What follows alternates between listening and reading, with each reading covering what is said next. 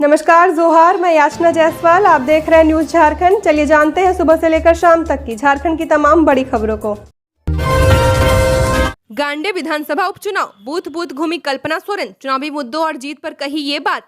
झारखंड के पूर्व मुख्यमंत्री हेमंत सोरेन की पत्नी कल्पना सोरेन गांडे विधानसभा सीट पर उपचुनाव लड़ रही हैं। उपचुनाव के लिए सोमवार को जारी वोटिंग के बीच उन्होंने मतदान केंद्रों का दौरा किया, चुनावी मुद्दों पर बोलने से इनकार कर दिया।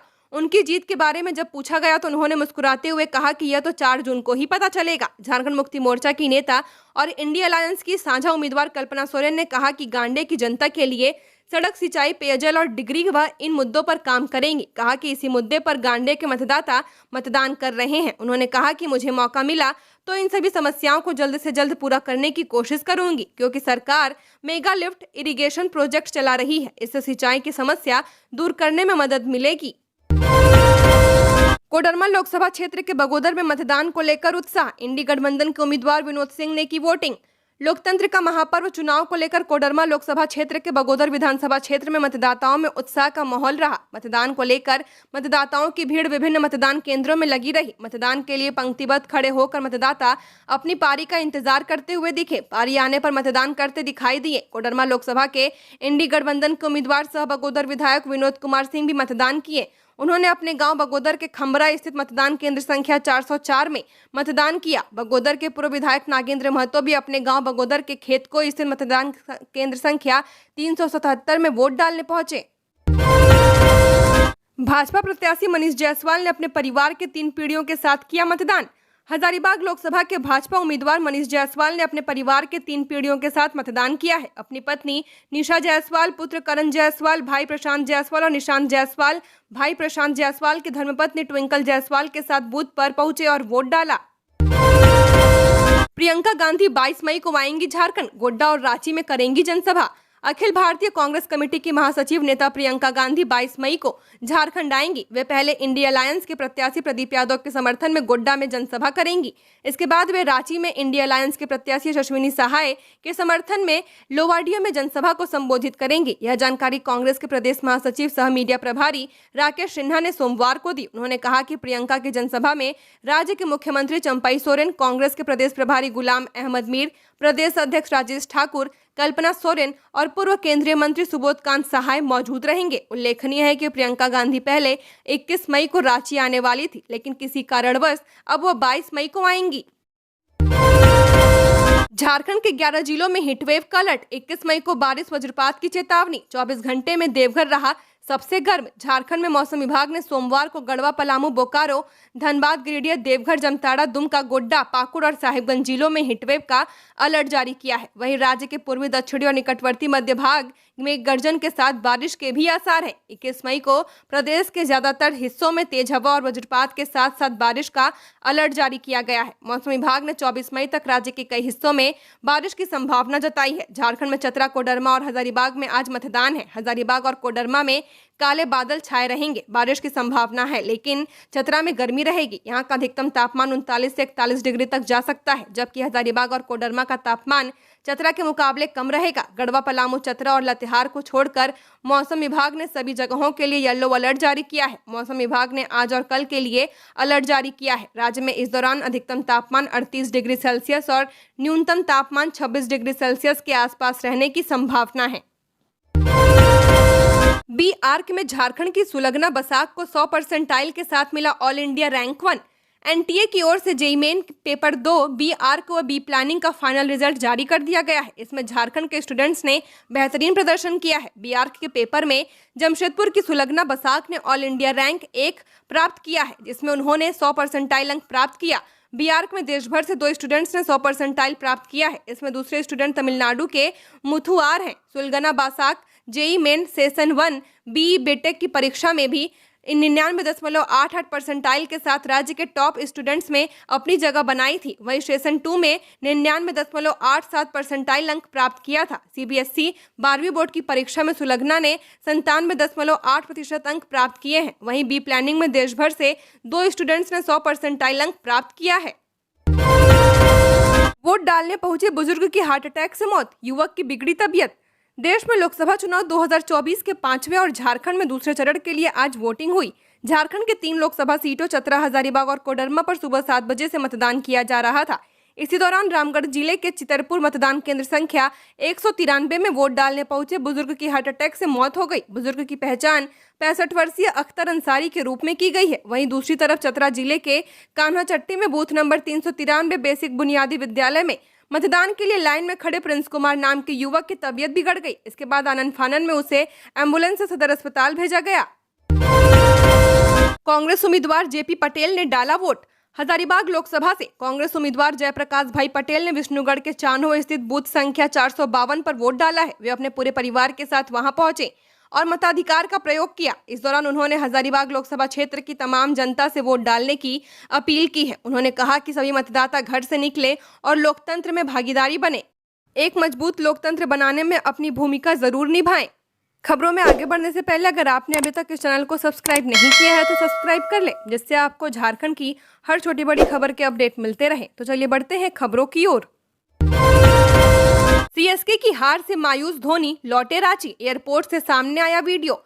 इंडियन प्रीमियर लीग 2024 से चेन्नई सुपर किंग्स का सफर समाप्त हो चुका है। टूर्नामेंट के 68वें मैच में रॉयल चैलेंजर्स के हाथों मिली हार के बाद चेन्नई सुपर किंग्स प्लेऑफ की रेस से बाहर हो गई थी। मुकाबले में सीएसके को जीत के लिए 219 रनों की जरूरत थी, लेकिन सीएसके की टीम 191 रनों पर ही सिमट गई। टीम को मिली इस हार के बाद पूर्व कप्तान महेंद्र सिंह धोनी बेहद निराश नजर आए। वे मैच खत्म होने के तुरंत बाद ही ड्रेसिंग रूम में चले गए और विरोधी टीम के साथियों से हाथ मिलाने के लिए भी नहीं आए। महेंद्र सिंह धोनी शायद इस बात से काफी नाखुश नजर आए कि लक्ष्य का पीछा करते हुए भी उन्होंने अपनी टीम को जीत नहीं दिला पाई। इस बात से धोनी काफी आहत दिखे और अपना विकेट खोने का बेहद अफसोस करते हुए भी दिखाई दिए। धोनी की निराशा का अंदाजा इसी बात से ही लगाया जा सकता है कि मैच खत्म होने से महज एक दिन बाद ही वे अपने होम टाउन रांची के लिए रवाना हो गए।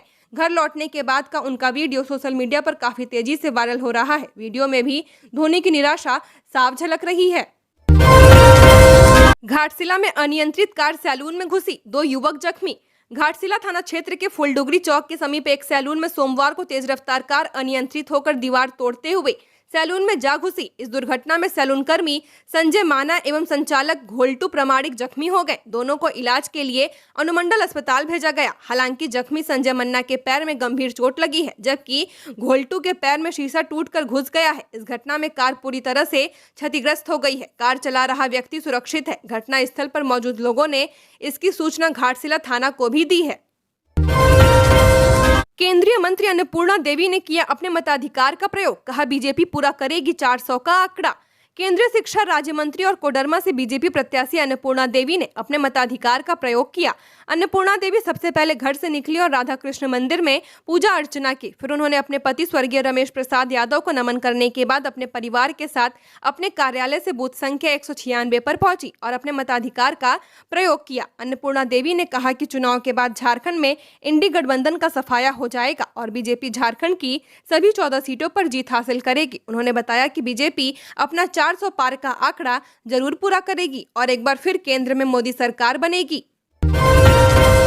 झारखंड लाल आतंक के गढ़ में हुई बम्पर वोटिंग, हर बूथ पर सुरक्षा के पुख्ता इंतजाम। झारखंड में जहां कभी नक्सलियों का लाल आतंक हुआ करता था, आज यानी सोमवार को बम्पर वोटिंग हुई है। लाल आतंक के गढ़ में लोग जमकर मतदान कर रहे हैं। हम बात कर रहे हैं कोडरमा लोकसभा सीट के तहत आने वाले गिरिडीह जिले की। कोडरमा लोकसभा का बड़ा इलाका गिरिडीह जिले में पड़ता है। गिरिडीह जिले में कई इलाके हैं जहां कभी नक्सलियों की तूती बोलती थी। नक्सलियों के चुनाव बहिष्कार के ऐलान के बाद लोग मतदान करने की हिम्मत नहीं कर पाते थे। नक्सलियों के द्वारा जगह जगह हिंसक घटनाओं को अंजाम दिया जाता था। उन्हीं इलाकों में लोकसभा चुनाव के 5वें और झारखंड में दूसरे चरण की वोटिंग के दौरान मतदाताओं में अलग तरह का उत्साह देखा गया। नक्सलियों के गढ़ रहे इन इलाकों में सबसे अधिक महिला मतदाताओं में वोटिंग करने की उत्सुकता दिख रही थी। मौसम के साथ साथ बढ़ा धनबाद का चुनावी तापमान। प्रचार करने पहुंचे एनडीए और इंडिया के दिग्गज नेता। झारखंड समेत देश के कई राज्यों में लोकसभा का महापर्व चल रहा है। 5वें चरण के लिए कई सीटों पर आज मतदान हुआ।